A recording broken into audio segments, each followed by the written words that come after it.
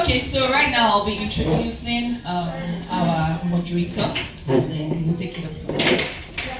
Christina Soname is an excellent management consultant, corporate trainer, and speaker. She's a leading career coach and training consultant whose work is focused on helping young professionals embrace a healthy mindset about work so that they can build purposeful, fulfilling, and rewarding careers. She firmly believes that the quality of work delivered by these transformed young professionals will fuel the economic growth and empowerment of enterprise across Africa.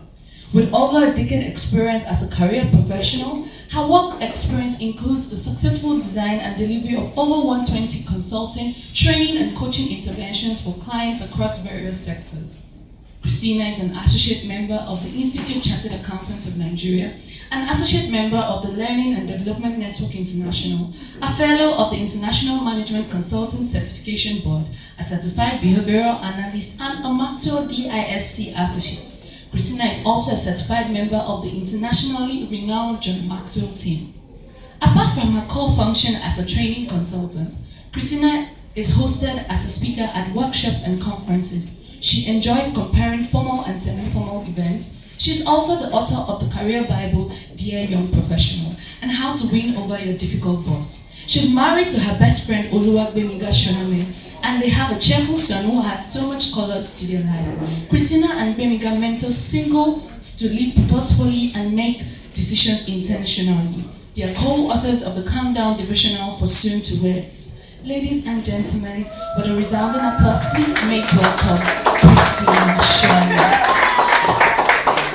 Keep clapping, please. Keep clapping, please.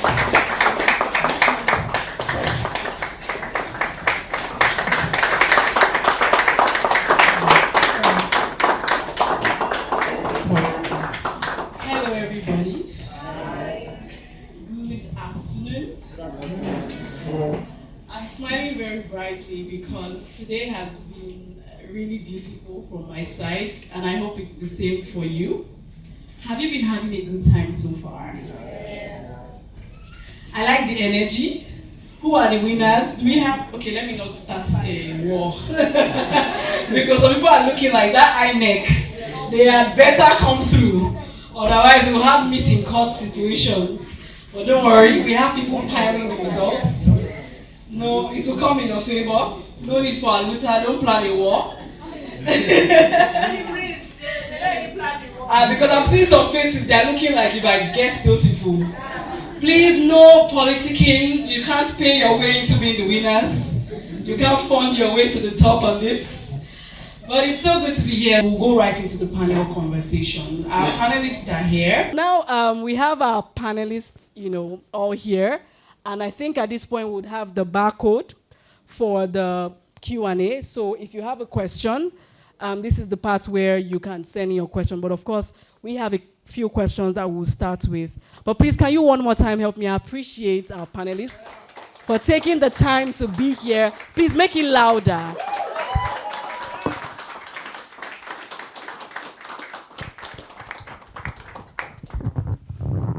Thank you for your kind gesture, and thank you so much for being here. So we'll go right into the panel conversation here. So we have the barcode, right? You scan that, and it takes you right where you can drop your question, and I would see it here, and I would address it. So I will go right into the conversation. For those of us who don't know, our panel discussion is titled Future to Now, Dream Purposefully, Journey Intentionally. I mean, obviously, we'll take greetings from you, just a hi for everyone. So let's start with Akinola, who walked in last, just to say hello to everyone. Okay, hi everyone. Good evening to you all. It's a real pleasure to be here. I always look forward to sharing, and just want to say thank you to Christina as well for organizing this. Amazing, and just very happy to be here, happy to share. Thank you. Thank you, Akinola. Over to you, Edememe. Good evening, everyone. It's such a pleasure to be here. I'm certain that a number of you will remember this event many years down the line as a turning point in your journeys. So please be attentive. We're here to share. We're here to take your questions, and we hope that you make the most of this opportunity. Thank you to Christina and the DYP team for having me. Amen. Thank you, Coach E. Over to you. Hi, everyone. Good evening. And of course, my profound appreciation to Christina. That's what they called you. So let me join them. I know as Mrs. Show for having me. I'm really privileged to be here. I always look forward to having conversations with, people like in the room, people that look like what they're in the room. I mean, people that look like you. That's the point. All right. Thank you. Thank you. Thank you so much. Thank you. So my very first question, thank you so much. When we thought about the conversation today, the three words that really stand out is purposeful, impactful, and rewarding.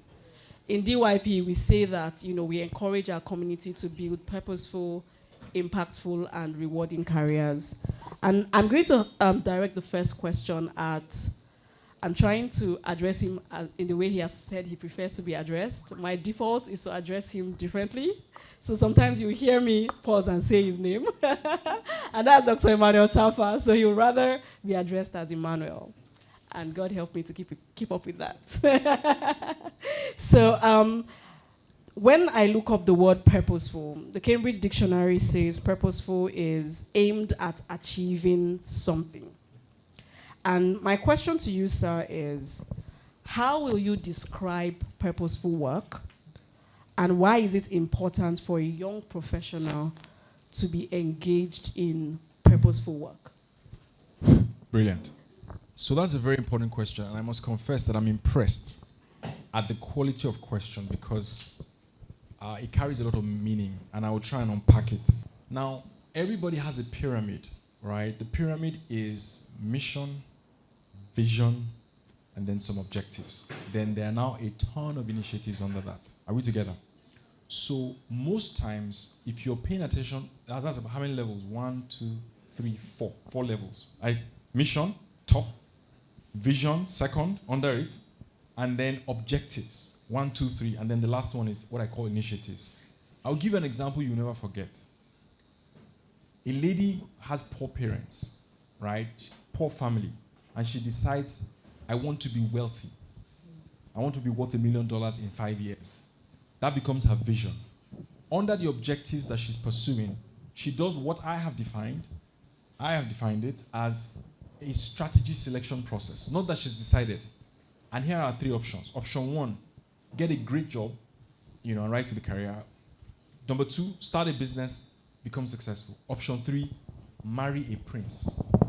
Are you following me? Now, don't laugh at that third option. If I had time, I'll tell you more about it. Now, look at the things under it, the initiatives under each. To get a good school, pass your exam, blah, blah, blah. To get a good job, you understand, apply. Now, what most of us are focused on are those initiatives. You don't know where your vision is. Sometimes we think we do, but it's also misguided because it's not plugged into a mission. Now, why does she want to be wealthy? Because she wants to change the narrative of the women in her village. So when she resumes KPMG tomorrow and is trying to become senior manager so that she switches to Chevron, and then from Chevron, she knows that she can now go and take control of the oil spillage and all the loss of income that they've suffered from, you can see her trajectory. It's very purposeful and strategic. And some of the most strategic people, including your current president, or Vladimir Putin, or any of people that I throw names around them, these are people that are driven by purpose. So when you understand, I've just helped you to see why she's trying to be partner at KPMG or senior manager or Chevron. It's not to buy a house in Lekki and have a nice estate. No, it is that at the end of it, the women in my village, because of what my grandmother went through, I will rewrite their narrative and ensure that they're empowered.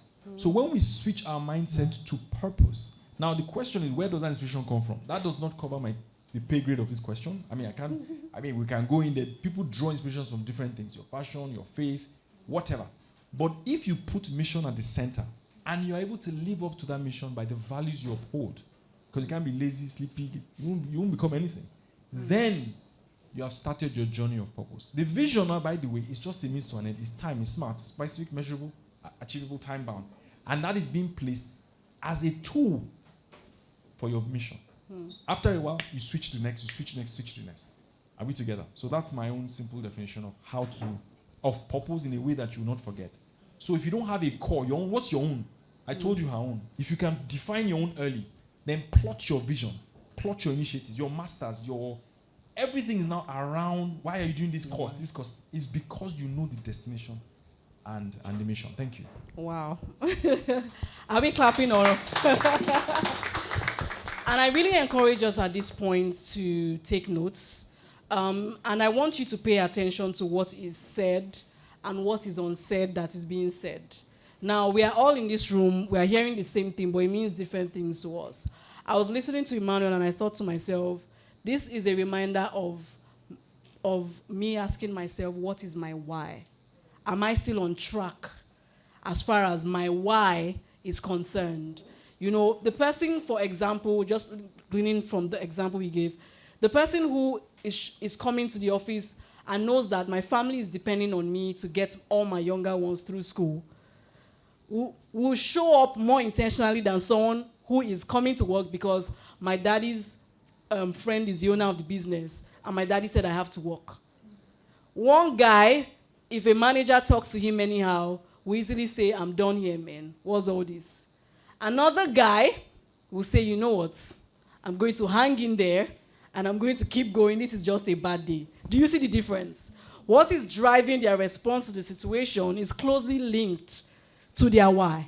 And so that's why sometimes when people come and want to take certain career decisions, one of my first questions is to take them back to their why, so that we see if this decision that they are trying to take fits into their why, or is just a momentary decision triggered by emotions. Because what if where you go next there's also a difficult boss there? Will you keep moving? There has to be more to your career decisions than how people treat you, what happens and doesn't happen. But anyway, I'm not the panelist, right? I'm the one to ask the questions. But I'm just telling you what I'm hearing, and it really stands out for me. Thank you so much, Emmanuel, for opening up so powerfully. And this leads me to a question I would love to direct at Edememe. It's interesting that you're seated just the way I ordered the questions. Edememe, like I shared with you, is someone who I have known for a while, and I've known her journey. I want you to address the impactful work side of things. Because a lot of people think about impact as something you do when you have made money, like philanthropy, non-profit work, when you hear impact, right? And we're saying to young professionals that there is a place for impact. So my question to you is, can impact and income coexist? I'm a young professional, I just want to make money. Like, I have to even make money before I can impact the world, right? So can impact and income coexist? And how should a young professional be thinking about impact? What should impact be to someone who is just starting out their career? I'll start with the second question. What should impact look like for someone who's just starting out? I think we should look at it in terms of legacy. How do I want to be remembered? And as a coach, this is something that I tell my clients to do. Write 3 ways you'd like to be remembered. Write 3 adjectives you'd like people to use whenever they describe you. And that is impact to you. So if, for example, one of my adjectives is reliability, every time my name comes to mind, I want them to say, oh, don't worry, if it's Edememe, she's got it covered. If it's Edememe, you can go to sleep. That is an impact that you're making. So even though you are a 9-to-5er, and this is important as well because I hear people say, oh, the only time you can make an impact is when you're an entrepreneur. That's not necessarily right. Because if you have a line of sight from your role to the organization's objectives, you know that you're making an impact. As an accountant, for example, you're keeping the books, ensuring that management knows where they stand per time in terms of income, in terms of profit. You're making an impact to the organization. And then you're also making an impact to your team. So yes, impact and income can coexist. And I think that it even should. So even if you're in the not-for-profit space, I like what DDK says. She says you might not be set up for profit, but you're not set up for loss either, right? Mm-hmm. So income and impact can and should coexist. So for every time that you go to work, ask yourself, what impact am I going to make today? Every day, ask yourself that. And then at the end of the day, ask yourself, did I make the impact that I set out to make? Because one thing that I see that's really common is people going to work just to go through the motions or just because they want to earn the pay.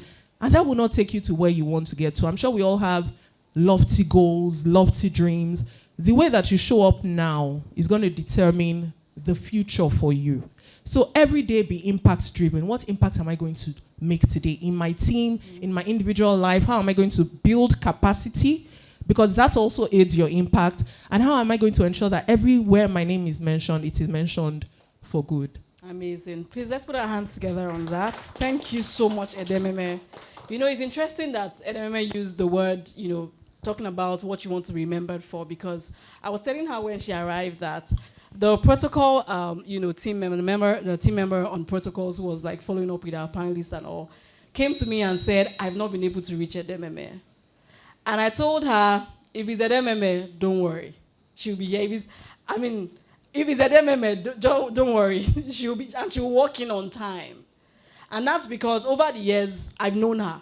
If her number isn't going through, her messages are not delivering, I won't be worried. I know that if I've communicated the time, I'm going to see her when it's time.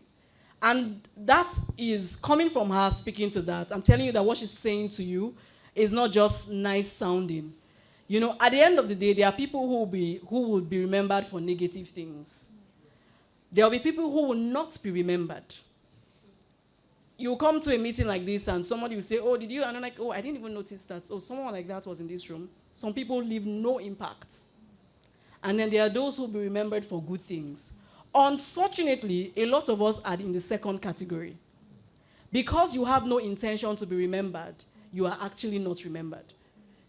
And when you don't have an intention to be remembered, what that looks like is not having set your mind on, this is who I want to be remembered as. And why it's important to set your mind to be remembered as someone is that people are the gatekeepers of opportunities. Every opportunity, there is someone. Someone will need to mention your name. Someone will need to open the door. Someone will need to approve. And the question is, when it comes to that someone, will you come to memory as the guy who, when he was in the firm, that guy was, I can recommend him, great guy. Or we're even struggling to say, who was that? Was there ever somebody like that in this company? That can help. And being remembered is not something you stumble into. Like Edememe said, you have to determine, this is who I want to be remembered as. And then you show up with that mindset every single time. Every single time. So thank you, Coach E, for sharing. And that's an exercise for all of us. So as you leave here, ask yourself, what 3 things do I want to be remembered for? Ask anybody who is remembered for something significant. Look at the guys at the Olympics. Anyone who won a gold medal is not surprised. They were working at it. They wanted to be remembered as gold medalists. They worked at it. It's not happenstance. And so that's just so important because, vibes, cruise, yes, but if you want to be remembered, it would have to be intentional. And let me move very quickly to a question that I have. Who remembers what the third is? We have purposeful, impactful. What's the third?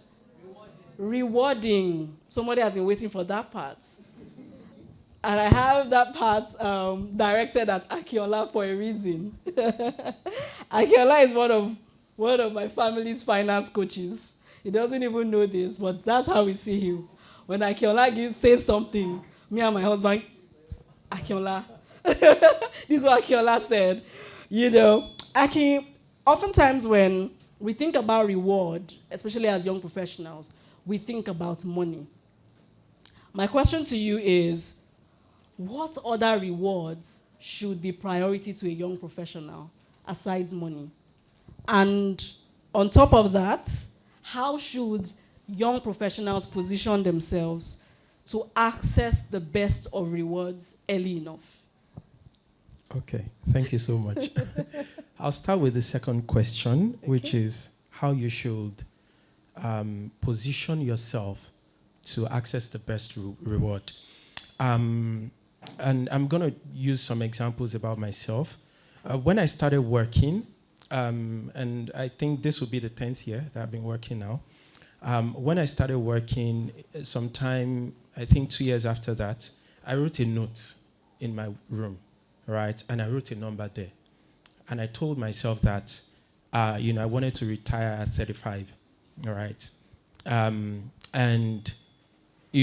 learned very early that retirement is a number. It's not an age, right? Because if you have if you don't need to work, if you divorce your work from what you can afford, then you don't really need to work, right? And so I wrote that number, pasted it on my wall, and I started working towards that, right? And I'll try to just share, very openly here. Then this was maybe 2015 or so. The number I wrote on the wall was $100,000. And I think at the exchange rate back then, maybe that was like 48 million naira or so, But what that did to me was, and I asked myself some questions, how can I get there, right? And so I was working at Accenture at the time, and I did an activity. I assumed that I wasn't spending the salary I was earning, right? And I said, if I want to make this money, right, 10 years from then, right, how long do I have to save my current salary for? Ladies and gentlemen, I tell you that when I saw that number, I think I saw maybe like 50 years or 70 years, right? So that told me something, that this that I'm doing right now cannot take me to where I want to be, okay? And so I asked myself a lot of questions, which is, how can I repeatably create a path where, and I know we'll talk about other ways, after being rewarded with money, but if we're being honest, I think it's a very important part that we get to a point where we feel like, what, I'm, at a place of happiness, right, financial-wise, right? And so what I started doing after that was to do a lot of learning, and one, to place myself at a point where I was very visible, right? In my next job after that, I more than doubled what I was earning. And then in my next job after that, I also more than doubled what I was earning. And then in my next job, in fact, when I look at the past, 9 years or so of my career, I've worked at maybe 3 places, Accenture, EY, and now I'm at Microsoft. But in all of those places, I have had at least 11 offer letters. I'm not talking interviews. I'm talking about offer letters where they sent it to my email, and they're like, Akinola, please sign, right? I've had 11 of those, even though I've only worked at 3 or 4 places, right? And the strategy was very simple for me. Number one, I made sure that I pushed myself very hard, right? And I looked around me at the time. I realized that the bar was really very low. And my fiancée and I, we argue about this all the time. When I tell her the bar is very low, she says, no, it's not low, it's very tough. And I'm like, look, you're competing against people that spend 10 hours watching Netflix. You're competing against people that, they just want to close and go home at 4 p.m., right? You're not really competing against, of course, there are a lot of people that are hardworking as well, right? But I think for me, walking through that path made me realize some key things. And the first was that you need to be your own champion, right? I started sharing a lot on LinkedIn. These days I'm not on LinkedIn, but back then, what I started doing was to start sharing my thoughts on LinkedIn, right? And I can tell you, by simply writing very high quality articles and sharing on LinkedIn, people started reaching out to me, right? And they started saying, look, there was something you thought about. We have this particular problem in our organization. Please, can you interview with XYZ, right? And I've had many offers. All of the places I've worked at, I've never applied to any of them, right? They were all just those organizations reaching out to say, hey, would like you to come work with us, right? And when that happens, it's very different from when you send your CV. When you send your CV, it's like, please hire me, right? But if you're writing a lot of articles and you're positioning yourself, they are the ones that come to you. So now that they've come to you, you can say, I'm actually happy where I am, but if you want me to come and join you, I would like this number, right? And that strategy has worked for me, to be honest, right? I didn't have to know anybody anywhere, and that was one thing that I did. Number 2 was I made sure that I really got good at what I was doing, right? I started off as, implementing technology products, right? And I made sure that it wasn't about me, just ticking a box or anything. I made sure, and one of the things I tell myself is, my biggest job is to make my manager's life easy, right? Sorry, Akin, please, we need to, can you take that again? Okay.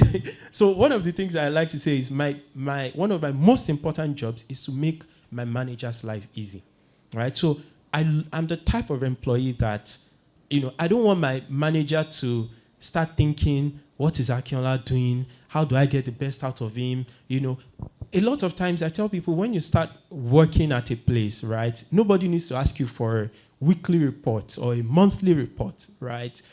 Those are things that you should naturally do, right? And you shouldn't even be asking your manager, how can I help? You should know so much about your organization, about your manager, such that you are helping them without them even letting you know where they need help, right?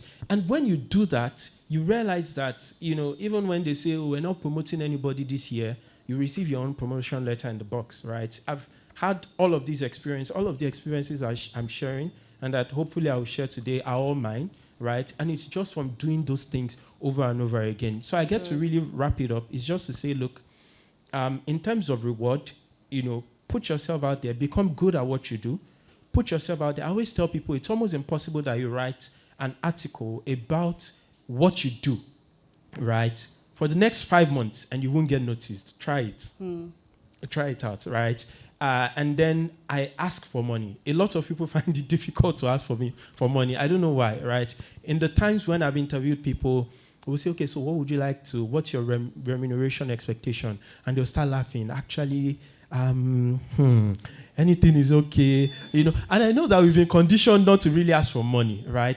But for me, I already have a number, right? I remember there was a time I dropped the number for the interviewer, and he said, whoa, you're asking for almost double of what you're being paid right now. I said, oh, yes, absolutely, right? And, they were very much happy to give me that. In fact, in most cases, I tell people, reject the first offer, right? But we can talk about that later on, right? Most of the first offers I receive, I mostly reject them with a few exceptions. And almost all of the time, they've reviewed those offers and increased the money, right? And what I just focus on doing is, during the interview, I make sure it is abundantly clear to you that you would never find someone who is as competent and excited as I am to do the job. Once you do that during the interview, you can ask them for $1 million. I'm not saying you should literally ask for $1 million, but almost whatever it is you ask for, they'll likely want to give to you. Interesting. Serious masterclass going on. Last month we had thank you so much, Akinola. Last month we had a conversation about negotiation skills for young professionals. Was anyone on that call? Yeah? Okay, I see a few hands. And what Akinola just shared, did our panelists speak about that? She said, every time you accept the first offer, you have lost money. And I found that to be true, being on the side where I have to negotiate with clients.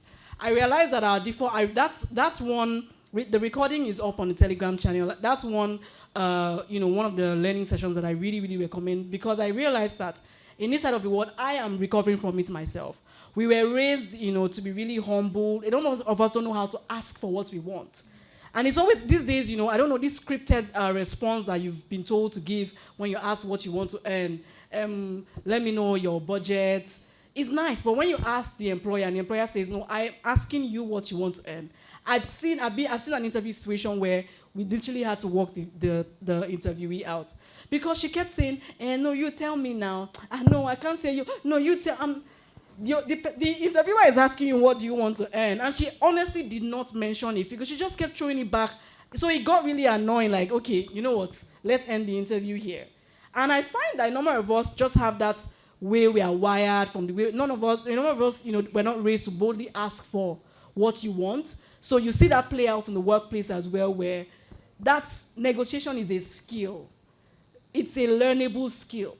And it's an important one because they're happy to pay you lesser even when they can pay you more because we get to save. But if you have a goal like Akinola did, a financial goal, you see the intentionality that Dr. Emmanuel talked about.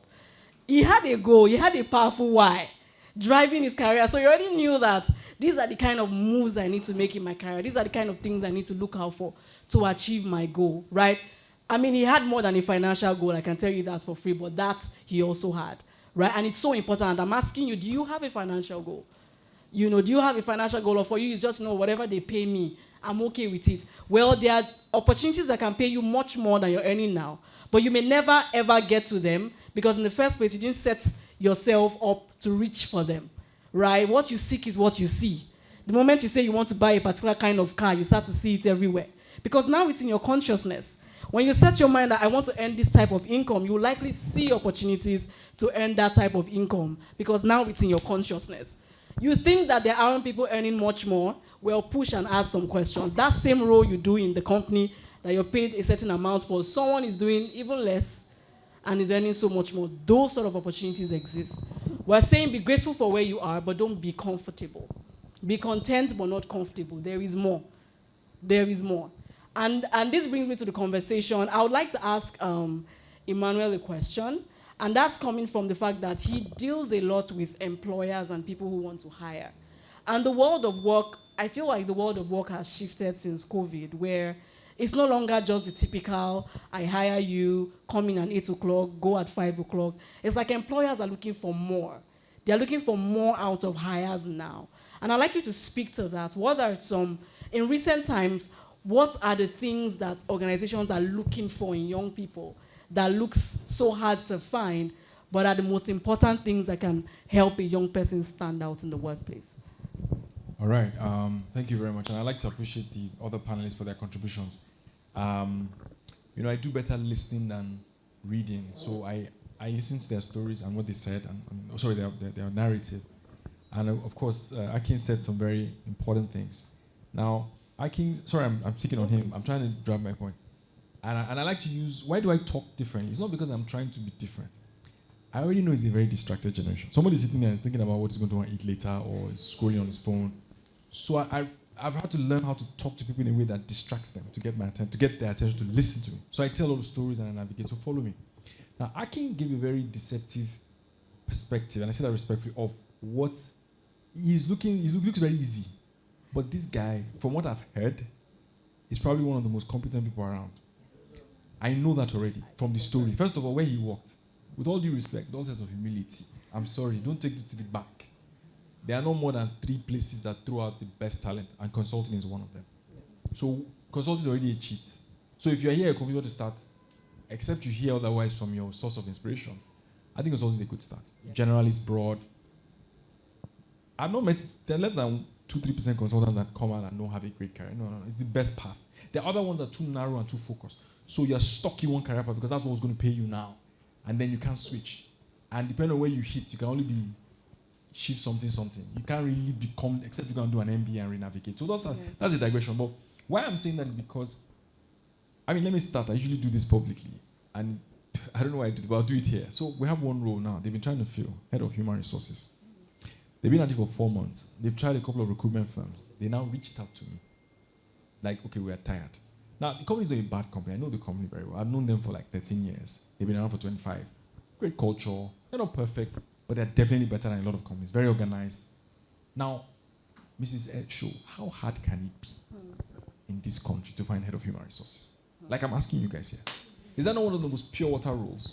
I'm not asking for a prompt engineer or whatever is complicated or a ML, AI, protection, something. Human resource manager.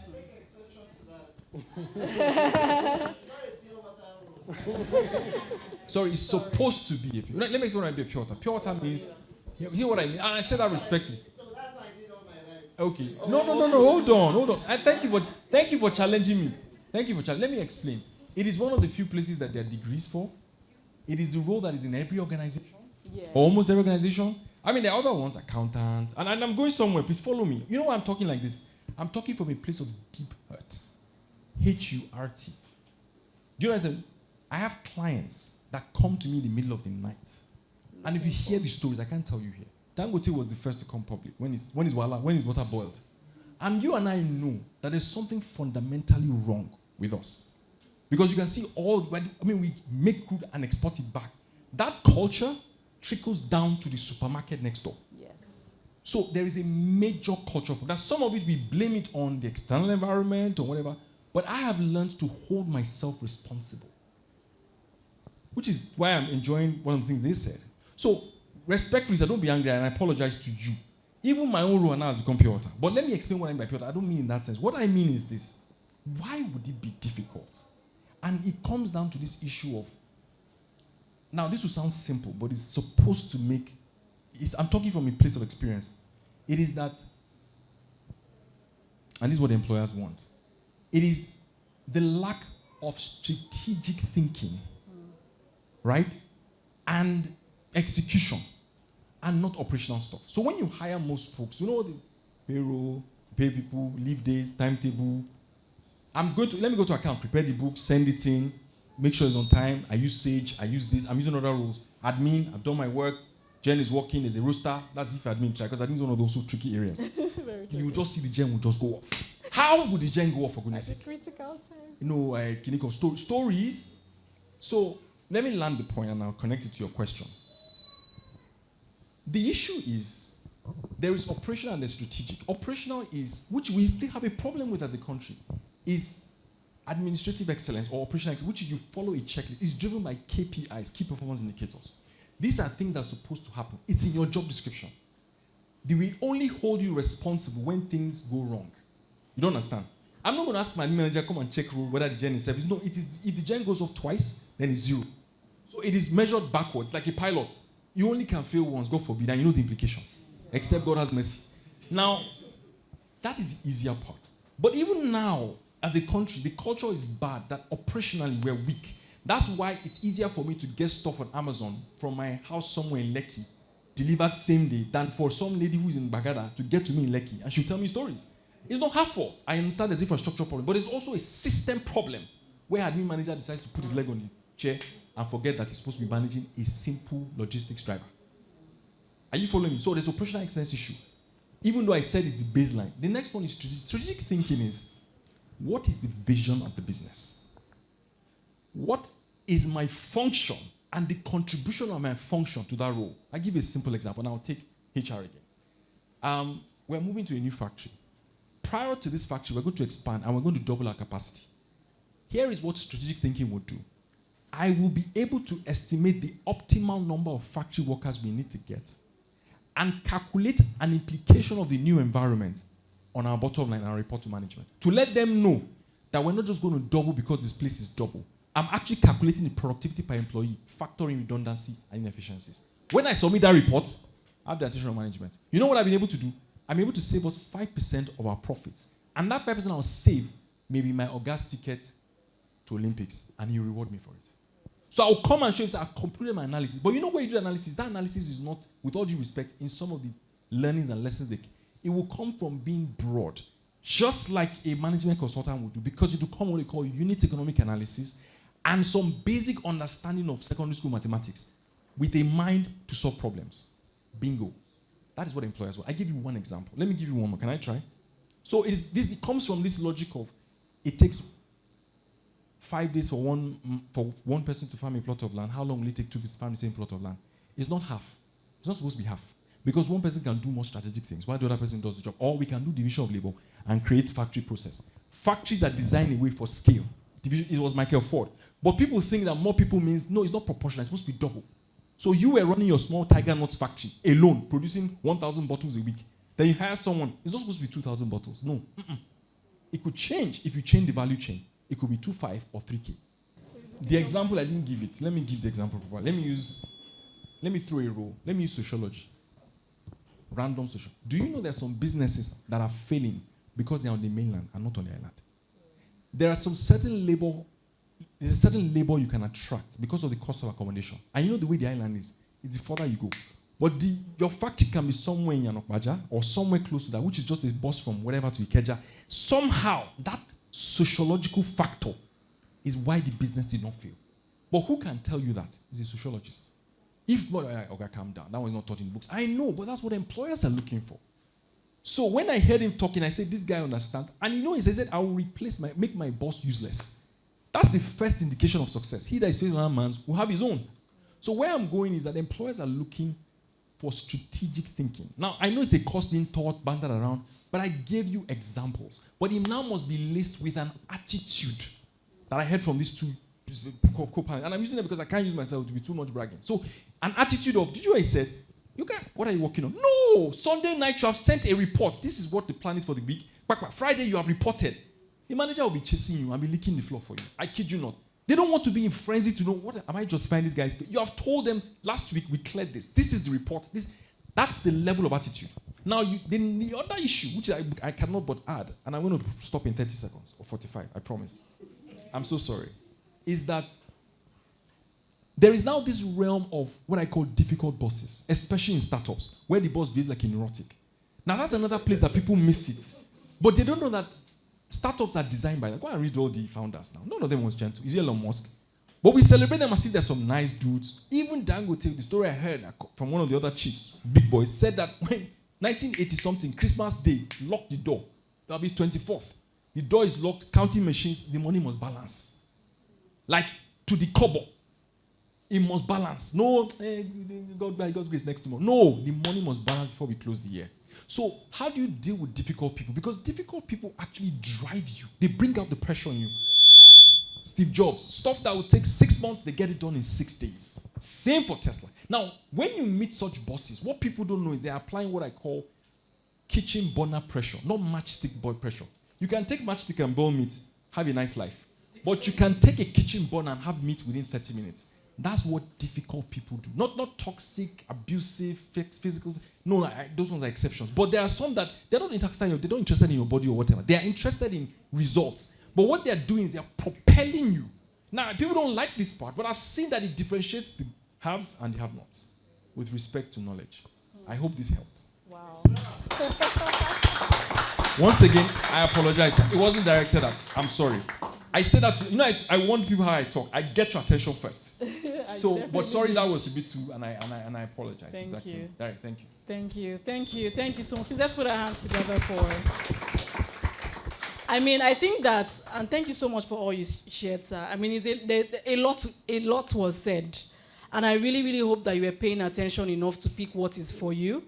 I honestly, I didn't even get a chance to have certain kind of conversations. I mentioned that this is actually my first time being, this close proximity to Emmanuel. And to hear some things he's saying, those of us who have been with DYP for a long time, some of those things, sound like what we've always been saying. Look, I know that you want soft life, but I can assure you that you will have it.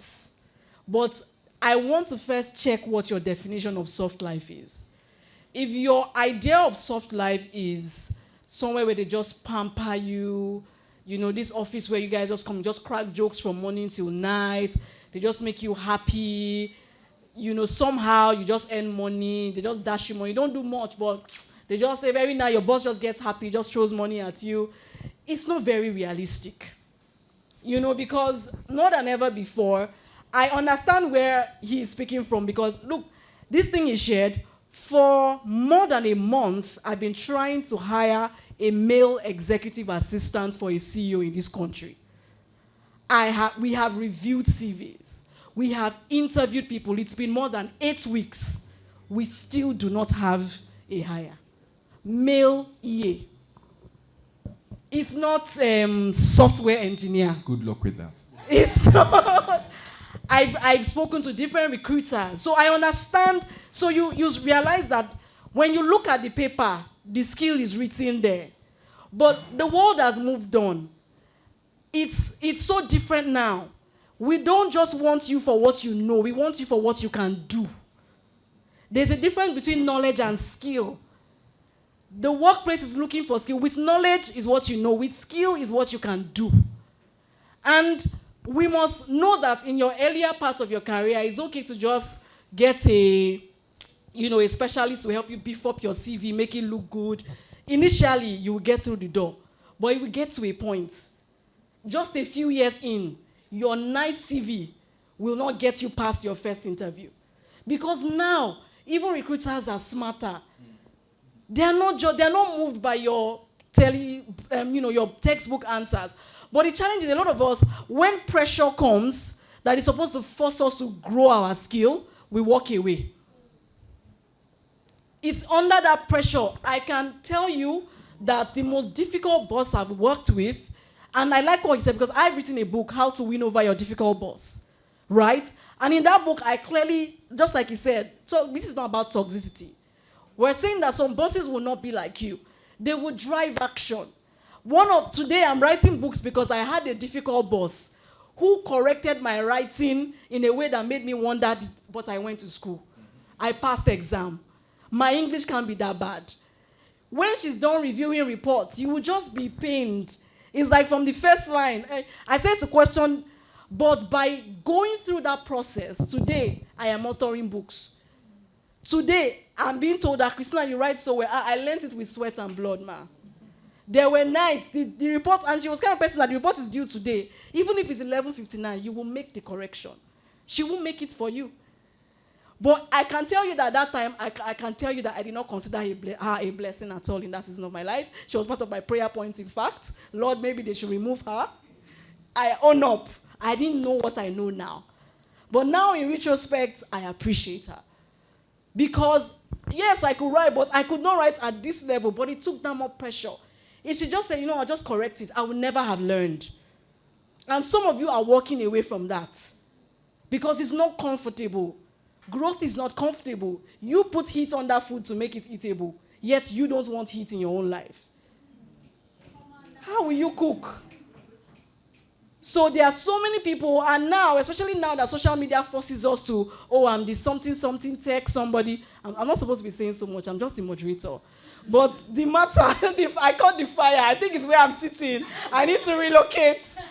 But a lot of us are so, we are so focused on, brand, how you want to look online. I'm for that. But please, don't make us waste money admiring your brand only to find out that the content is zero. Don't do that to us. Don't give us a what I ordered versus what I got problem in employment. When you came, you told us all these great things. Now, what we got, it doesn't match. But you would have to allow yourself go through that process. Now there's a question I always ask people, young professionals, how does your role contribute to revenue generation or cost saving? If you don't have the answer, you have not started. How does your role contribute to revenue generation in the company or cost saving? If you don't know it, that's your first indicator that you are just one in the pack. You have to literally operate from that concept, and that's what will drive you to act like Akinola does. Because you understand that at the end of the day, it's back to that.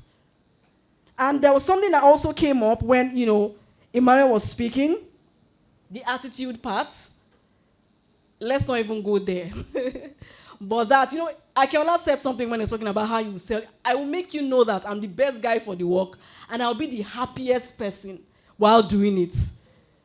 We don't just want people who can do the work. We want people who have a great attitude on top of it. You want bosses that will treat you well. Guess what? Your boss also wants team members that will treat them well. We focus on what we want. Have you paused for a moment to wonder, what does it take? What does my boss need? So those are the important things. I'm young. You can see we're all young here. So this is not coming from, this is 50-year-old wisdom. The world has moved on. This is what it takes. If you care to stand out, this is what it takes. But if you're okay with, I don't want to be remembered, I just want to just live average life, watch Netflix, chill, raise a family, it's okay. Mediocre can pass. But if you're like me or like anybody here, this is what it takes. You have to be a problem solver. It can't just be do your work and go home. And this brings me to my next question, and I'm going to take it to Coach E. Now, Coach E, I would like you to speak to, and there are questions here, please. In fact, let me take one question here, because one of them, really stood out as something I want to take, right? What does it take, and this is for you, Coach E, to align purposeful work? And in fact, let me rephrase this question. So someone here is saying, there's a kind of work that I would like to do that I consider to be purposeful. But today, that's not the work I find myself in. This is what I would rather do, but it's not available. I've been applying, it has not come. And now I'm in this place that I don't want to be. I feel stuck, right? This other thing I want to do is burning in my heart, but I can't fund it. I don't have that job, and I have this other job. What do I do? Okay. That's a beautiful question. Thank you. And I will answer from a place of experience because I've been there, right? So I was at KPMG for years. I had a beautiful career, and this comes with self-discovery. So I'm glad that that person has gotten to the level of self-discovery where you see, this is where my purpose lies, this is where my strengths align. And so I did this self-discovery, introspection, all of that, and I found that what I wanted to do with my life was speaking, coaching, and training. And KPMG is not predominantly that, right?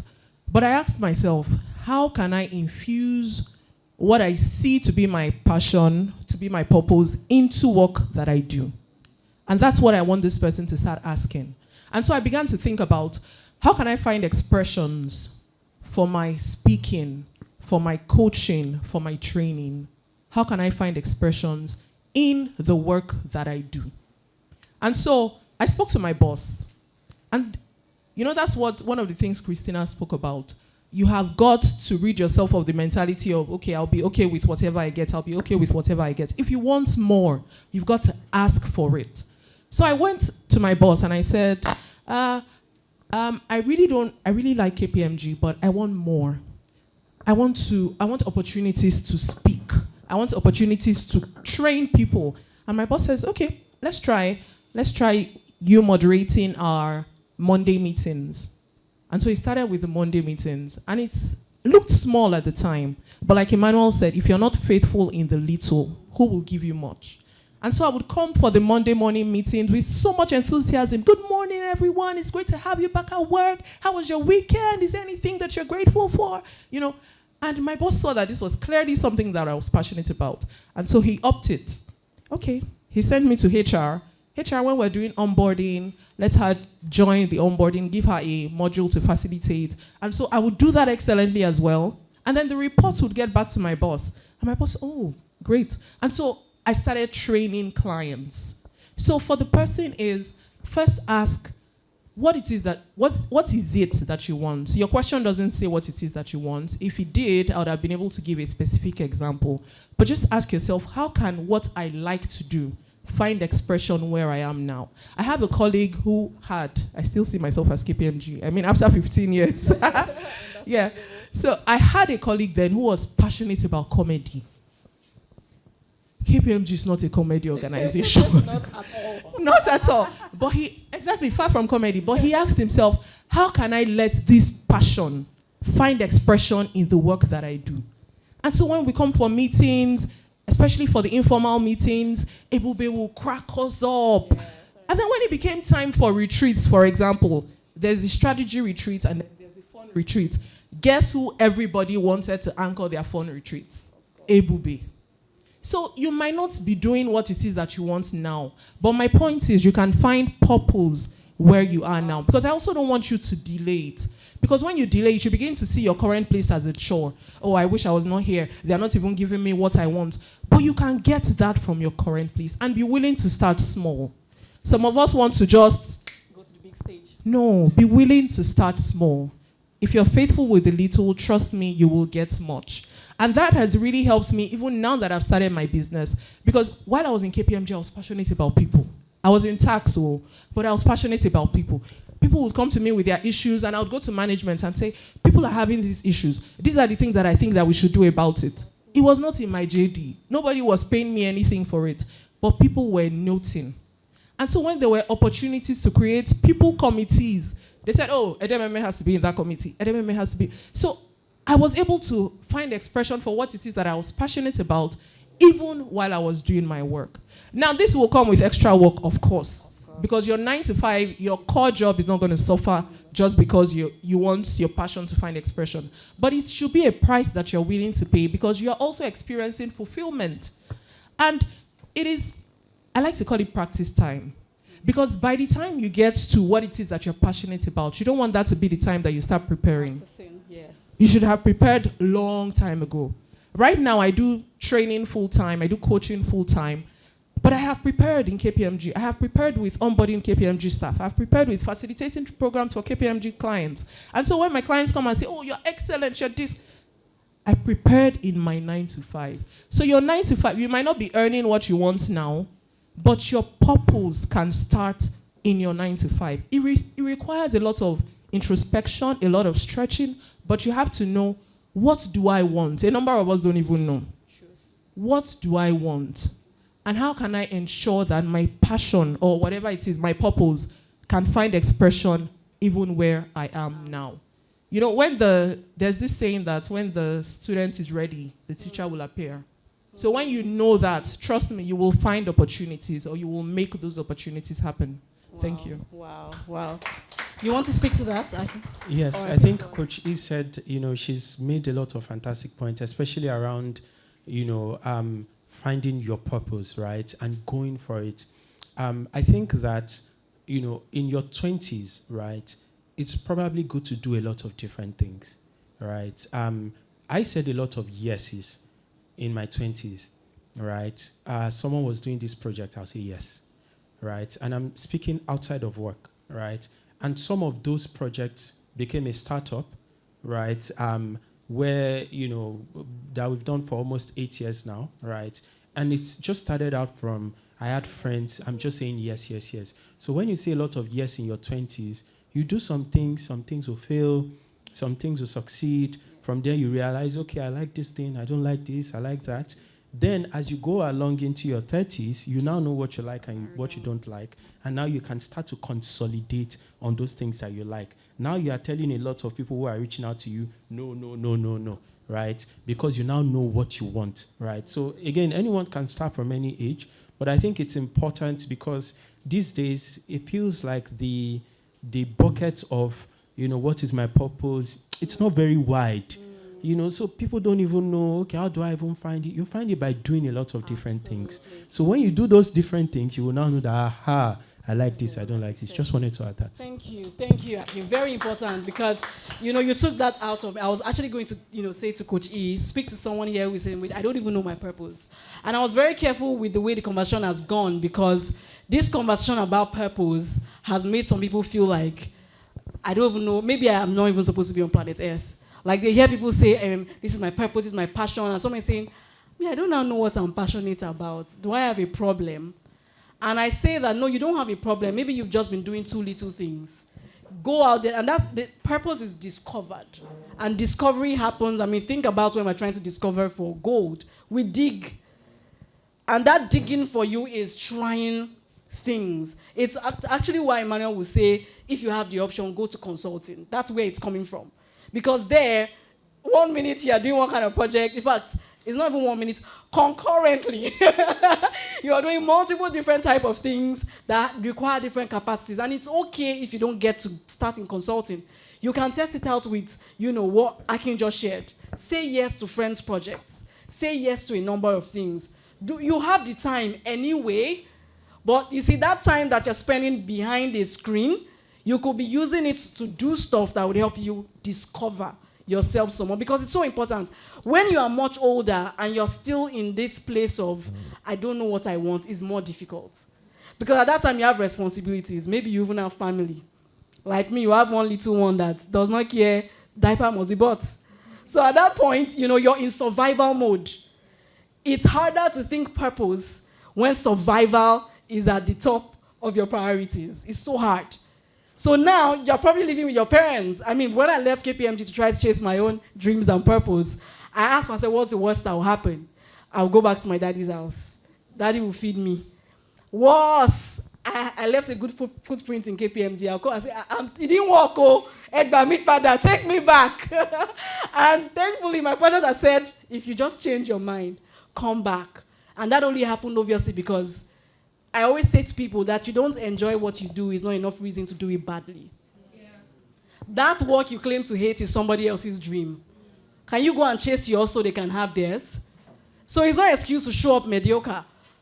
Instead, find expression where you are. For me, expression for what I wanted was being the go-to person for review of presentations. My manager would say, Christina, come and let's do a dry run. So we'll do dry run and say, I think that if you just say this other thing this way, maybe you should add that to your slide. I became the go-to girl for that because I was too young to be the presenter. I hadn't gotten to manager level. Where I got the opportunity, I took it. But mostly I was helping to review presentations. And that has paid off for me. So when I'm in my 30s now, I can say no's. Because now I know some things nice, but no, this is my core. It's okay, like you said, you may be older. It's not too late. But that's how it happens. You discover by doing. There's nothing wrong with you. Just get your hands involved in a number of things. You may not know what you want, but by knowing what you don't want, you can journey your way to what you do want. Right? So you can take that approach. And this brings me to my next question. This question, when I saw it, I was excited. Because this question suits Akin so much. And it's a concept of intrapreneurship. So this person is asking, in a world where there's so much emphasis about I'm the founder, CEO, and this is for young people. There's already that pressure. 20s, founder, CEO. Not bad at all if you have the opportunity. But this person is asking, can entrepreneurship be a good option for me as opposed to entrepreneurship? Is it a valuable path to take? Okay, thank you so much. I'd start by saying I have a bias, right? And my bias is towards entrepreneurship. I've been an entrepreneur myself, but I would say that being an entrepreneur, whether you're doing that within a company as an entrepreneur or out, on your own, I think that there are a lot of alignment points across board, right? And I'll start from entrepreneurship, and I'll talk a bit about entrepreneurship as well, because I think it's one of the ways to truly break free. With regards to entrepreneurship, you're really asking yourself, how can I differentiate and add significant value within my organization? And I think a lot of what has already been said here today will take you to that point, right? For me, it starts by demonstrating that I have excess capacity, right? And what I mean by that in my organization today is that if I need my boss to do something, let's say, for instance, he's asked me to do a presentation, right? I've sent it to him, right? But he hasn't reviewed. A lot of people will say, oh, but I sent it to you on Friday. You haven't touched it, right? But no, I chase my boss, right? I make sure, in fact, at the start of my career, I've once heard my manager telling someone before that, my goodness, this Akinola is just on my tail, right? And that's because I was heavily managing him, and to some extent, I was also pushing him, right? And when you do that, it brings you to the point where they start to elevate you. There's some people that have, some relationship with your boss, right? You can speak with them as though you are friends, but don't make a mistake. You're not friends, right? I still give them, I still speak with a lot of my supervisors. The respect is there, even if we're having a casual conversation. And I am noting those things that are extremely hard for them to do, right? It's, when you go somewhere and you say, how can I help you? For me, I think that's like 2 steps backwards. Because if you go to your friend's house, you can call your friend on the phone and you say, do you have any problem? Oh, no, I'm fine, thank you. But if you go to your friend's house and you look around, you see that, there's a tap that's leaking there. You see that there's something, and so you can say, you know what? You need to do X, Y, Z. I've done this, this, and that for you, right? And I think that's really where being an entrepreneur comes from, right? It's about solving problems. And one thing I tell people is the only thing that is more important than how hard you work is what you work on, right? Which is to say that, for me, I like to choose the kind of problems that will give me visibility, right? Because look, the world of work, right? Yeah, there are spiritual principles, but there is a way the world works. The world does not work how you want it to work. The world, and that's why some people at work, they are praying, right? I'm not saying that it's not good to pray, right? But there is a way the corporate world has been designed. There's a way capitalism has designed things, right? You have to understand it and know that at every point in time, you are adding that value or even paying yourself back to the company. So for instance, when I join an organization, I look at my annual salary, and one of the things I try to do is to ask myself, how can I make sure that my employer makes my annual salary back in my first year? Right? Am I bringing business for them? Am I, driving those kind of conversations, right? And so I think that that's really where it starts from. And you start to see that as you do that, it teaches you a lot of things. It teaches you how to take ownership, extreme ownership. It teaches you, Dr. Emmanuel said something earlier about, radical responsibility. It teaches you to hold yourself responsible first, right? Anything, but as a rule, I tell a lot of the people I speak with, right? Never complain. If you complain in your organization, you've lost, right? If you complain, right? Think of it as a game.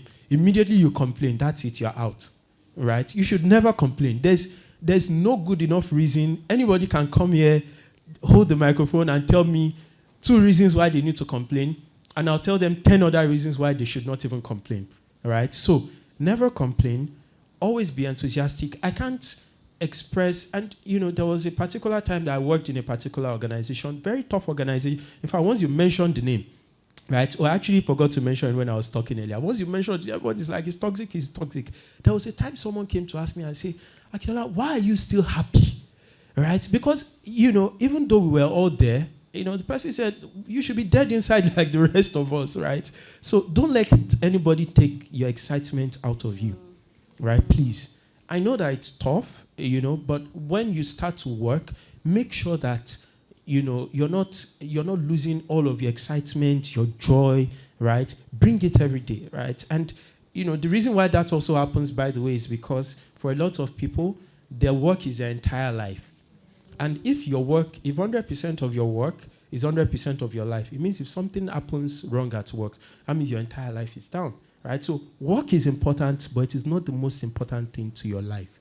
There are other areas of your life which you need to pay attention to, your purpose, all of those things. But all in all, when you harness all of this and you work with that mindset, you are fixing problems and you are making it obvious, right? You then get on the path to being an entrepreneur. And when I talk about making it obvious you're fixing a problem, if you fix a problem, please don't just say, I fixed that tough problem, that is it, right?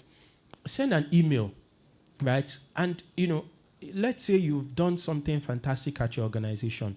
Send an email to your supervisor and say, hi, Christina, I just wanted to let you know that, I've been able to sign on one of our, toughest clients. I really appreciate the fact that you shared X and Y in our last meeting. That was what I leveraged, right? And by doing that, I was able to do this and that. Just want to say thank you for the kind of good work you're doing. I've really, learned a lot from your leadership. You see that kind of email, let me tell you what it's going to do.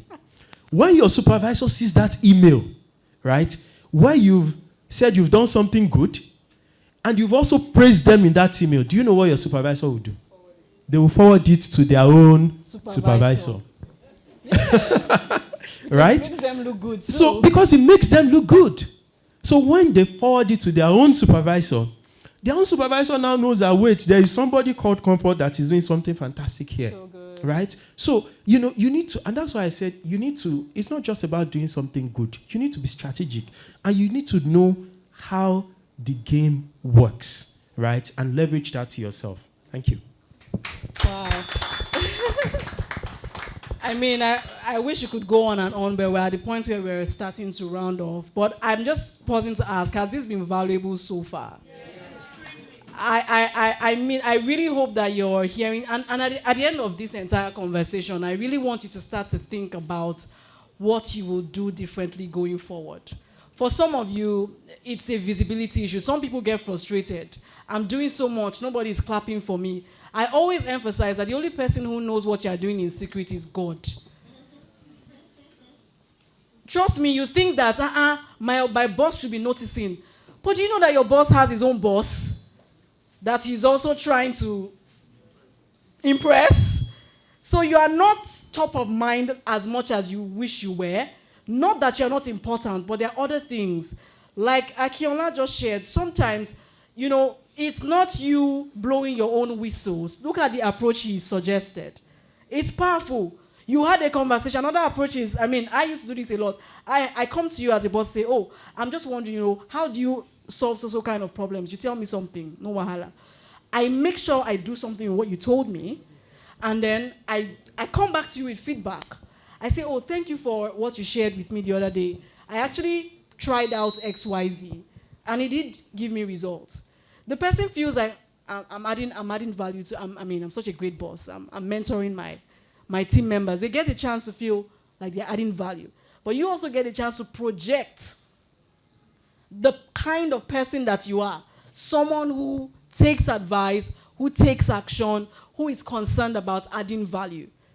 And nobody can take that. Look, there's as we are, just before the panel session started, I was having a conversation with Dr. Emmanuel last night. We're just sharing how the talent pool now, if there was ever a time to stand out and be chased and be sought after and to earn, it is now. companies are lowering the bar. Organizations that used to say we can't take less than 2-1 are happy to take 2-2. Managers have left and jackpot. We are looking for the experienced guy who is not even anywhere close to requirements for manager, but if he has shown potential, we would push him there. The question is, have you shown potential? This is the time to blow. That is why we are having this conversation. This is the time. The kind of role I currently function in and the kind of work I currently do, I may have had to wait longer years. But it was just a matter of today, by God's grace, my boss is able to leave the country and chase some other passions that he has because it's like, Christina is on top of things. And I get the benefit of that because there's a sense of, even when I had to take like a career break in my life, I got the opportunity to come back without having to do many I beg to applies because I had all my former employers saying, are you ready to work yet? You know you can come back. And it's not that it's not how tall I am, it's not how beautiful I am. Everybody just wants someone that can add value, that can solve problems, that can take the business seriously. So this is the time to blow. What used to take people 10 years to get into, you can get into it in 2 years now, if you apply these things that you are being told about. Does this make sense to us? Who is ready to blow? Me, look, thank you, I'm glad I'm not alone because my own decision is, if it takes others 10 years, how can I get it in 2 years? When I transitioned out of KPMG, it felt like I gave up everything to go and start again.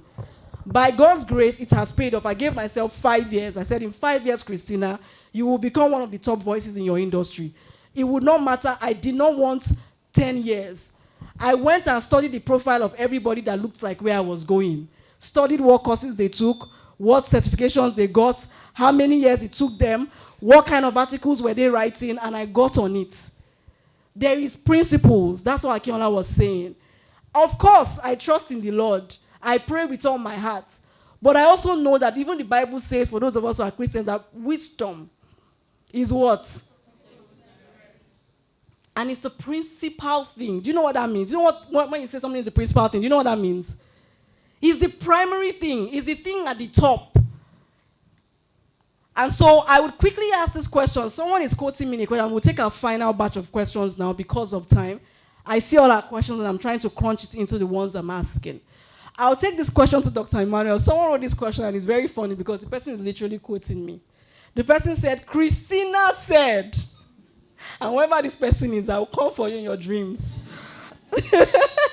Christina said, work is life and life is work. Do you agree with that? If not, what is your work-life balance formula? And that's where that question is coming from. Because I always say, there is no work, then life. So you finish from work like, I'm just here, I'll work, I'll slave, then I'll now go back to my real life after closing hour. I always say, it is work, and life is work, work is life. So they have thrown my ideology back at me, and I said, panelists, please, what is your perspective? So Dr. Emmanuel, I'd like you to speak to that. So I must commend the precision with which, that she's picking the people that likely should answer the question, because she picked the wrong person. I mean, when I say the wrong person, I mean, I wish she took so, because I'm going to come at you guys again. You know, okay, let me just, people that read the Bible, God came in the cool of the day, after work. During the day, okay, go and walk. He gave him work, he said, tend the garden, blah, blah, blah. And I stand to be corrected because understanding and revelation is progressive. But let me say it as it is now. And I'm very careful because when you're talking to young people, they're very impressionable. I don't want to pour a wrong ideology in your head. But you know the way I'll beat my chest and say that, don't worry, if it's work, we've worked. Like I say that with all confidence. I bear the marks. I speak in tongues more than you all. I've worked more than you all. I've done 24 hours. You know what 24 hours is? What's the time now? 5:35. The next time I talk to you, it's 5:35 tomorrow. Not leaving that desk. Apart from use the bathroom, the food was brought to us because we're trying to complete a deadline for Promasido. I was doing between 14 and 16 hours on average. between 12 and 14. And then the days that the work wasn't good enough, it became maybe 4 hours sleep because my boss came and woke us up and said the work isn't good. Meanwhile, we carry the work home and we do weekend in cyber cafes trying to figure out stuff because there was no light in the house. Not this one, and my gen has gone off story type thing. So if it's work, we've worked. Now, let's not talk about the reward yet because I don't want to talk about that. He's dealt with that effectively.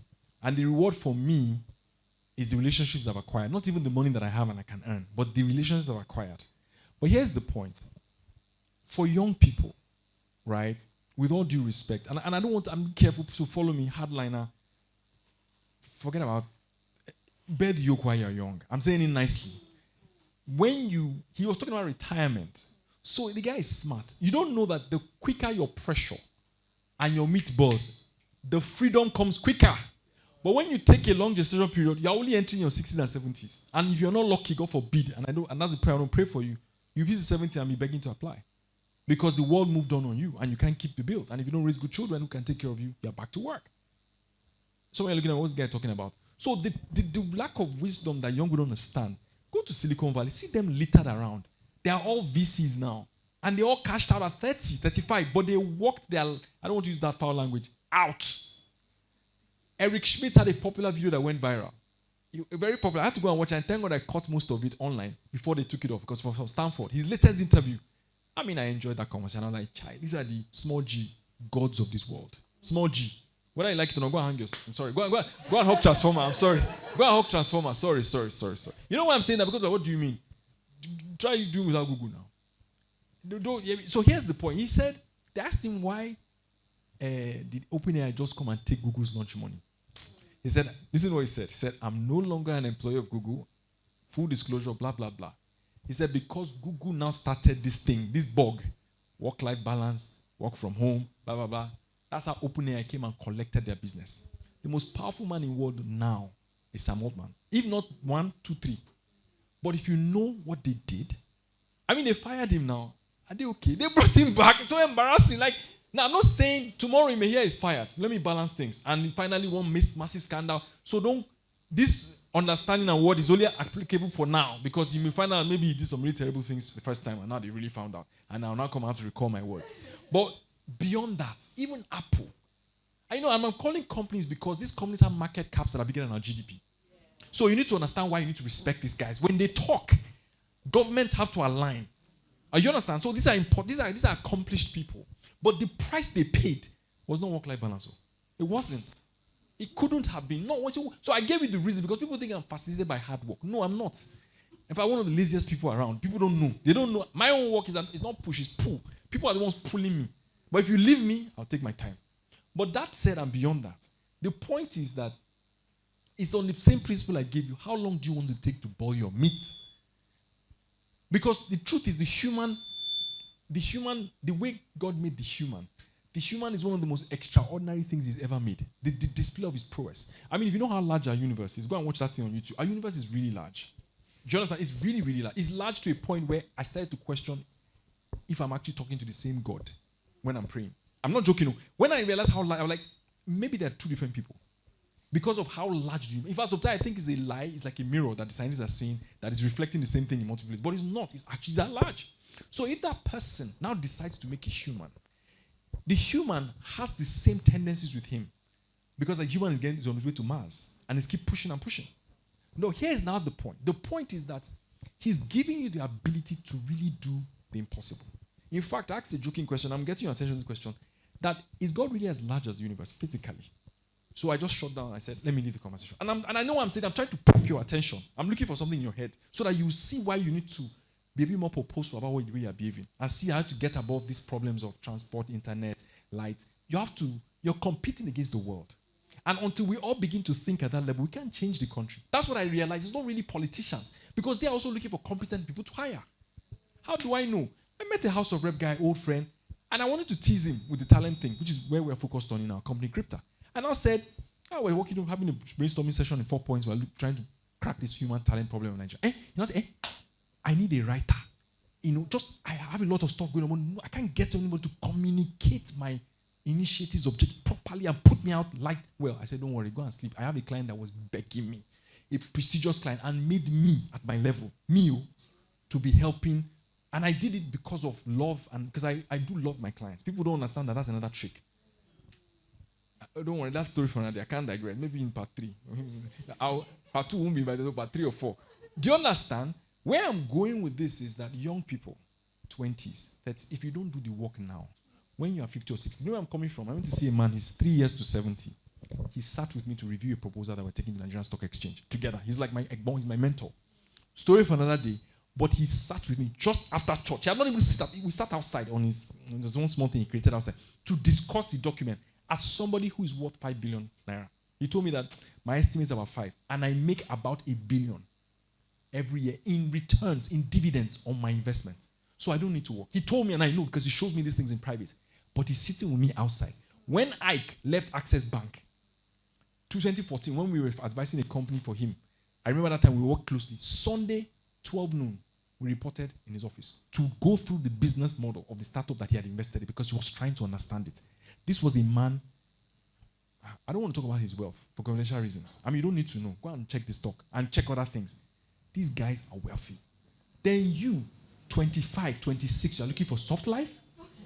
Have a nice life. Thank you. Drops mic. My people, rest, play, have social life, but work while it is day. I want to take a moment to appreciate you all. Because you did something today, every one of you, that I have not seen happen in a while.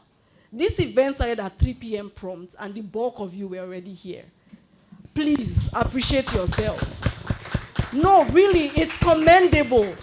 You know, because I was speaking with one of our pioneers, coach, and I was sharing her, I was saying, look, I came out to just see, okay, how is it going? Because I told them whatever it is, start at 3.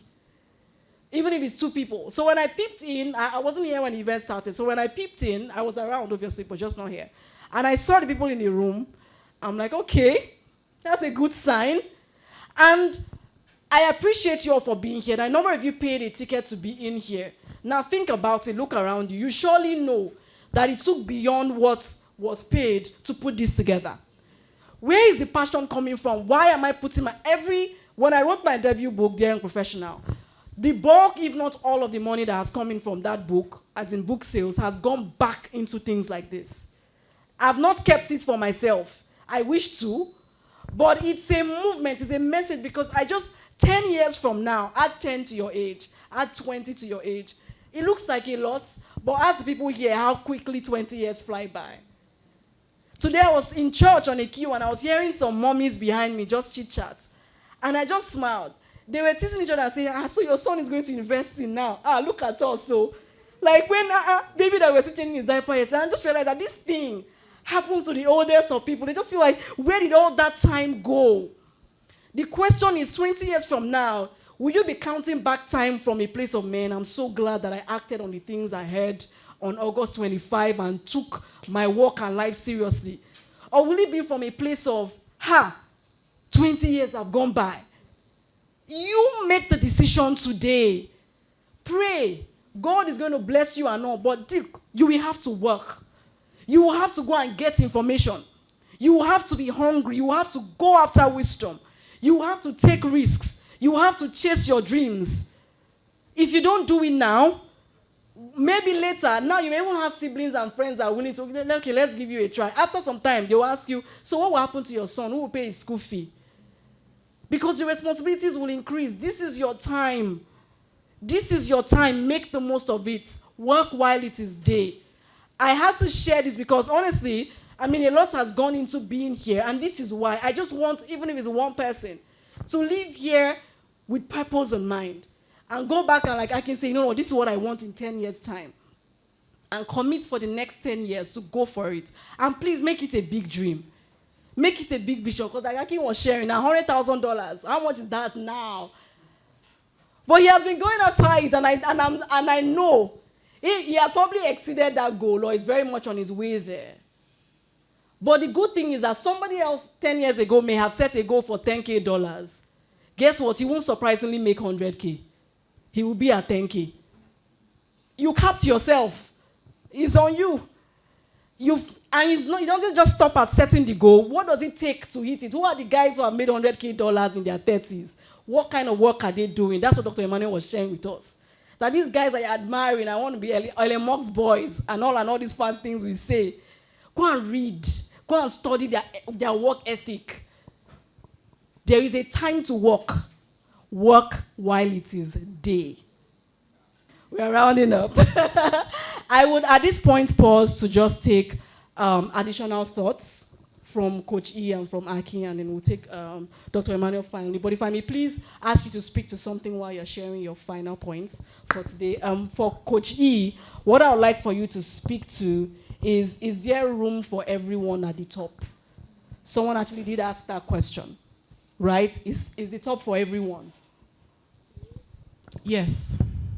And I say it unequivocally. Yes, the top is for everyone who desires to be there. Because not everybody desires. And Christina had said it earlier, there are some people who just want the basic, mediocre life and they're fine with it. That's fine. Maybe your vision was to leave your village and you've left it. And now you've left it. You're balling. Mission accomplished. But the top is for everyone who desires to be there. And with the desire comes work. So it's not enough to desire something. It's, do I desire it enough to put in the work? So yes, the top is for everyone. And I say this especially for the women, because on LinkedIn, I get a lot of, oh, I'm just starting my career, but I want to look for a job that is not very demanding, or a job that will not give me a lot of growth so that my husband and my children don't suffer. Some of these questions, the people have not even married though. But they are just thinking, let me just cap myself so that my children will not say I was not a present mom, so that my husband will not say I was not. And I'm like, what nonsense is that? Sometimes I tell them, send me your mobile number. We need to have a conversation. Everybody in this room deserves to be at the top. Yes. And that was why God made you. God had a purpose for you, and that purpose has your name on it, and it's for the top. But you have to want it. If you don't want it, God is not going to come and push you into it. Even if you want it, God is not going to come and do the work for you. You have to do the work. You have to desire it. The top is for everyone. And like I said earlier, I start with intentionality. I told myself, when I'm leaving KPMG, whenever it is, because as at then, I didn't even want to leave. I want my bosses to call me and say, Edememe, are you sure there's nothing that we can do to make you stay? Yeah. I've been there for 15 years. I was a director. In the next 2-3 years, I could have made partner. So there was a lot of intentionality in my journey. I knew I wanted to be at the top. Wherever the top was, I wanted to be there. And so I told myself, by the time I'm leaving, if I decide not to make partner here, I want the partners to come and ask me why and to ask me to stay. The senior partner had that conversation with me. The senior partner that I don't even work with one-on-one had that conversation with me. Every one of us has a place at the top.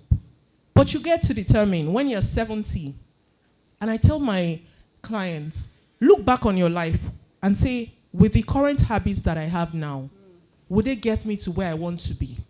At 70, would I be looking back with regret or with fulfillment? Audit your life. Audit it. The top has your name on it. But with the habits that you have now, do you need to change those habits? Do you employ strategic thinking, like Dr. Emmanuel has said? Do you have a vision that drives you, like Akin has said? It's very important. Know what it is that is the top for you, because it will vary from person to person. So what does the top look like for you? Absolutely. What is it? So also you're not running someone else's journey. So know what the top looks like for you and map a plan.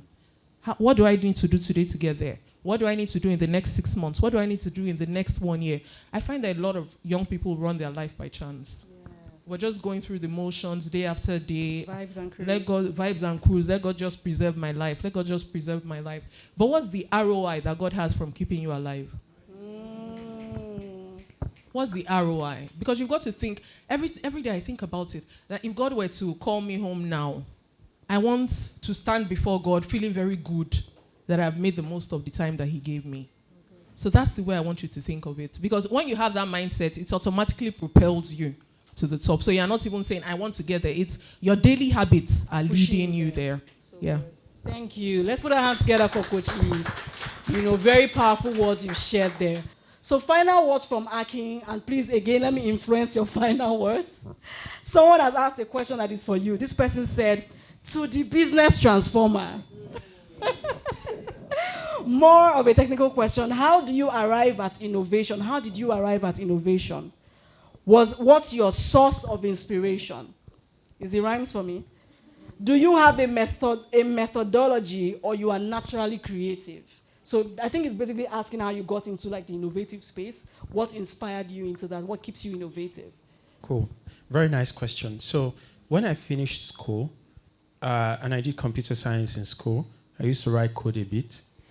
I knew that I didn't want to be the guy that would just sit behind a computer and write codes all day. Some people love that, and that's good.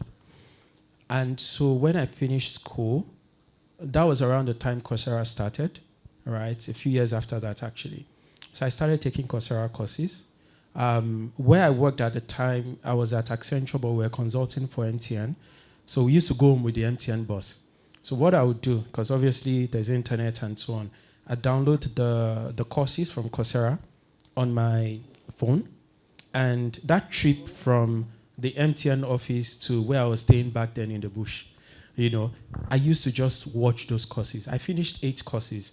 In fact, when I finished those courses, Coursera invited me to be a community mentor or something funny like that, because the completion rate for online courses at the time was about 4%, and I completed maybe 8 or so. So I would say that, number one, I haven't done a secondary degree today. A lot of people don't know. But if you ask me, I learn a lot, right? And that's why today, a lot of my colleagues have secondary degrees. I don't have it, but it doesn't mean that I'm not learning a lot, right? I learn a lot. I read a lot, because there is just, like, for you to form, your viewpoint to life, you just have to read. And there are a lot of people who are extremely smart, who have written extremely amazing books that you can read, and they are just there for you, right? So I leverage that, and I think that's really what helped me to build honestly, there was a time then that I was just speaking, and I just realized that, hold on a minute, I was starting to speak a lot more intelligently, if you get what I mean, right? So that really helped me a lot, and I didn't just box myself into what I was doing at work, right? And in terms of my concluding thoughts, and of course, maybe we can chat a bit about that later, but honestly, to be technically skilled, it's just to do, I tell my fiancé all the time, if you read on a particular subject 2 hours every day without fail for 31 days, right, you would at least be in the top 10% of people in that particular field. So nothing is more important than consistency. But in terms of my final thoughts, I don't want to end this without talking about the role finance has to play on your career. I talk about finance a lot, not because I am driven by money. And that's very important, right? Money is good, but what money is good for is the optionality that it gives you, right? Today, on a normal day, in fact, a lot of my friends, they tease me about it. There was a car I used to use then. They teased me so much. Go and change your car. We know, blah, blah, blah. And so my point is that the aim for that, it's not just because, you want to have a lot to spend, but it's the optionality it gives you, right? Where if you're working in a job, and I meet a lot of people, they say this organization is so terrible, there are all of those things. Or I'll say, how long have you been there? 5 years. I tell them, oh my God, they must be so terrible. They say, yes. And I'm like, so why are you still there? If they're so terrible, leave, right? And I think that's one reason why finances are important. It gives you that confidence to walk away, especially when you start to get to the point. I've worked with colleagues in the past that had to start using drugs, right, just to keep up their sanity. I think that is look, hard work is good, but it gets to a point where it starts to mess with your mind, right? If you have enough saved up, you will not be scared, right? And that is what having that base gives to you. And I tell people, you want to augment yourself from that perspective, so you are not also desperate when you are negotiating. Because a person that wins the negotiation, any negotiation, is a person that is most willing to walk away. Right? So a lot of times when I get into a negotiation, honestly and truthfully, right, I could walk away and I'll be happy, honestly. No pressure. Right, no pressure, right? And so having that in place really helps. And what are the ways to get there? I think there are 3 ways: education, entrepreneurship, and equity, right? I think those are the 3 ways that even if you don't know anybody, you are starting from ground zero. You can leverage those, right? Start investing. Okay, that's the time. So start investing early enough. Read a lot about investment and use that to hedge yourself in your career. Thank you.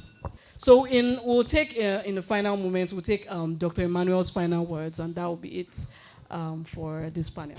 All right, thank you all. And just like Samuel did when he was going to die, I want to apologize for my hardliners. I'm not going to die, sorry. Like when you're leaving the stage, they always say anybody I've offended. But on a serious note, just please bear with my style. It's I'm learning to be more calm when I'm talking to people. But the point and the conclusion is this. They said a lot here, and you're sitting here and your head is running around, like, where do I begin from? Don't worry, there's grace for speed and all that. Just choose any miracle service online and you'll be fine. And you'll be fine. And I spoke in parables, but here's the point. So, it's a show. I don't worry, I know your name. The problem with our generation is that we're inundated. So we're drowning in too much knowledge and information. So it's now killing us. It's like water, we needed it, but there's some other places that are so thirsty that they don't have enough of this knowledge. YouTube alone, like if you don't touch anything, just sit with YouTube, you'll be fine. Then there's Coursera, then there's Udemy, then there's a plethora of other ones that we're catching up with. Then there is programs like this, then there's your own pastor too, who is shoving it down your throat. And so on and so forth. But at the end of the day, what is the return on investment? So it plays down to a couple of things that I would like to share with you, because I've had to study this to make it a science, so I will help a lot of young people not to drown. Now, one of the secrets, it's not a secret yet, but I am putting it as a secret or a theory that I believe is so, is keep your sources few, but be consistent. Let me repeat myself. I don't think you need more than 3 to 5 sources of education per time in your career and your life. It will all come together. So Udemy has it all. Coursera has it all. But you have to choose one. Now, I'm saying if you have the capability because of where you are in your career, maybe you work in certain organizations that for some reason they don't have direction, so they give you a lot of time. You've done your best, and now they're shutting. Okay, but you're still working there and they're paying you. Because there are organizations like that. Yeah. 7 years of green, right? Parable. Because starvation is coming. When you are in those positions, right, you can now do multiple things. But if you don't have that time, because the problem is time, keep the options few. And I'll tell you what some of my best options are. So that's number one. It is that your few options could mean this. Listen to this. With respect to my mind, my motivation, I'll pick e.g. Immerse. I'm just giving an example. And I will comb everything that is on that platform multiple times. That's the trick that people don't know. I'm giving you some secrets now. More than that means there's some books you can read once. I'm sorry. Yeah. I'm going to read Steve Jobs' biography at least 5 times. That guy did something, and I want to understand, meditate on this all day and night, so that I will also, I'm speaking in parables. Do you understand? Yeah. It's marinated in my mind. Of course, sieving out whatever I don't want, through the eyes of my faith. But here's the other thing. So I will pick that for mine. Then for career and other, I call it mindset, related to my career, I'll pick this program. And I'll be consistent because the thing will come around. She'll still bring another hacking time, in a different. So if you are consistent, you don't miss. It's a matter of time. Everything else you'd have been chasing would have been arranged for you in a line. But if you get out of line and come back, you would have missed the bus. So it's like someone who is fluctuating. Yeah. Inconsistency, double-minded man. So you pick the option. Some people only read Punch newspaper all their life. But they can have a conversation with anybody because they kept to that same. Because the articles will still come out. It's just that you're not on that path. So keeping your options few. So 3 to 5. You pick them and you stick to them. That's the secret of some of the most brilliant parents of ours. They only had libraries. Yes. There was no Google, but they were exceptional. Some of them can still write letters better than us with our 1 million naira school fees that we paid in private university. He has to throw another one. Okay, I'm sorry. So let me tie this up in 60 seconds. Keep your options few because I know you're drowning in too much information. Number 2, I know the role of mentors are important. But the problem with this mentorship thing is that we're looking for celebrity mentors. Celebrities don't have your time. It's even unfair on them. What you need is that guy that stutters, that guy in your department that you see him is doing well in his career, but he can't even hold a conversation, but he's very good one-on-one. He will teach you this finance thing. You go back and shine your business and get promoted. And he will do it for nothing because nobody comes to him. So when you come, he will pour himself to you. Yes, he's excited. That mother who left job to take care of a child for a few months, but she knew her onions, go and be babysitting for her and let her pour inside you. There are people like that. They know their onions, and most of them are not online. They're not on social media. They don't have followers. They're on Facebook, still doing secondary school, but they know their stuff. That's another hack. But let me now tie my regular stuff. I can't do without saying that one. The issue we're having now in the workplace is that people missed out on their foundation. Now, I say this and I say it very proudly. Before I used to be ashamed. Now I'm saying it more proudly because I'm seeing the problem. Yes, and I'll say it. If you follow me online, you'll see your math and your English. So what do you mean? Aptitude and whatever test that people do. Now, all this bamboozle I was doing for you is secondary school math. I use that thing to collect money from clients. I mean, I've done unit economics and charged $500,000 naira. It took me a day or $1 million, and they will pay. And that money can hit my pocket immediately. But it goes to the company, obviously. Do you understand what I mean? But I could do it. But what was I doing?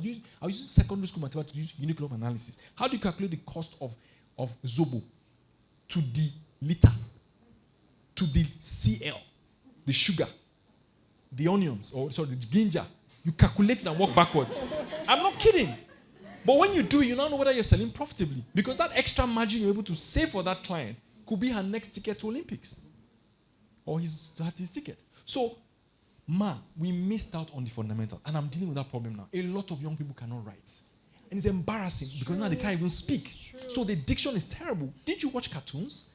Okay, oh, God help me. I was supposed to stop this. Sometimes they say, a holiday school. And I say, no, my kids would watch cartoons a lot. The diction.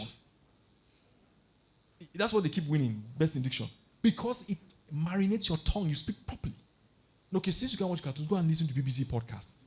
But it helps because you are in the world, they put you one side first with your diction. You may succeed if you are really exceptional, but don't make your journey harder. So English and math, people have to go back and reconcile with it because proposal writing is composition. Yeah. And that's where we make the most of our money. My last proposal that I sat down personally to do was in 3 hours, and we collected 600K. It took us 3 hours. 600 grand. That's money for the pocket. Now, I'm not trying to intimidate you or impress you with money. Follow me. The last one, which is the one I am personally pushing forward, is general knowledge. News. If you know me, you know I keep saying this because you sit down on Arise Business Global Report, Rotus, 11 a.m. Doesn't pay me. I do it because I value his own session. One of my few, I do that one and I do BBC podcast, general news in the world, and BBC.com because of the writing, the thinking, and everything, different articles. If you sit down and watch Arise for 6 months, they will bring people like this times 10. There is no business school in the world that would assemble experts every year on your economy and the things that affect your job more than news. This guy has 14 years. He will come and talk something in a Greek that years down the line you'll be sitting in a room and you would ask an investee company that, do you guys have this in your risk assessment methodology? And you're like, where on earth did this guy? But it was 7 years in the news that they brought one Greek expert that died 2 years later because, but he was an encyclopedia of wisdom and monies over the years and has dispelled it. News is rich. It's very rich because you read a book is fine, but this is the guy in the news article or the guy sitting in has 3 masters, read 15 books. I mean, my mentor has read 1,000 plus. Has been reading magazines since 90 Korokoro, and he sits down and he distills that wisdom in his 5 minutes interview. And then you just come and snatch it without reading those books, without going for those masters, without living in those cities where he lived, without having the 3 marriages he had, without having the 2 religions he had, all combined, and he distills that wisdom to you. That is a trick people don't know. And anybody that reads newspapers, I always know, and I see it clearly, they are exceptional. They know more because newspapers expand the size of your mind to give you multiple perspectives on different things at the same time on the same article. Arts, culture, history, politics, in one article. So you pick things that you will not be able to pick, and that's what it gives you. It's like drip to save you fast. So your basic English, your math, because people don't write well. I told you about the politician. If you want to dare me, I'll connect you with him. I'm sorry I'm proposing to people. Maybe I'll collect my 10%. I'm sorry.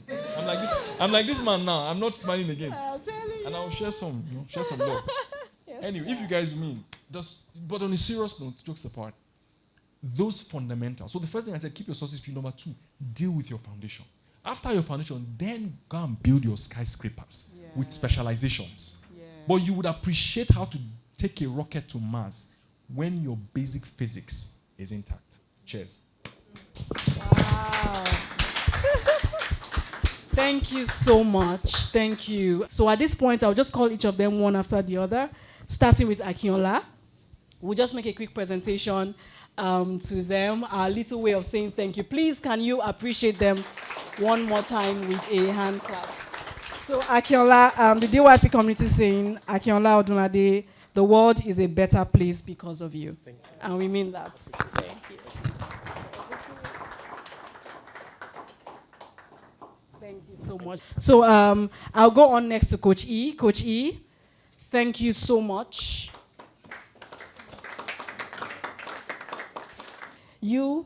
The world is a better place. DYP is a better place. Young professionals are better because of you. Thank you so much. Thank you.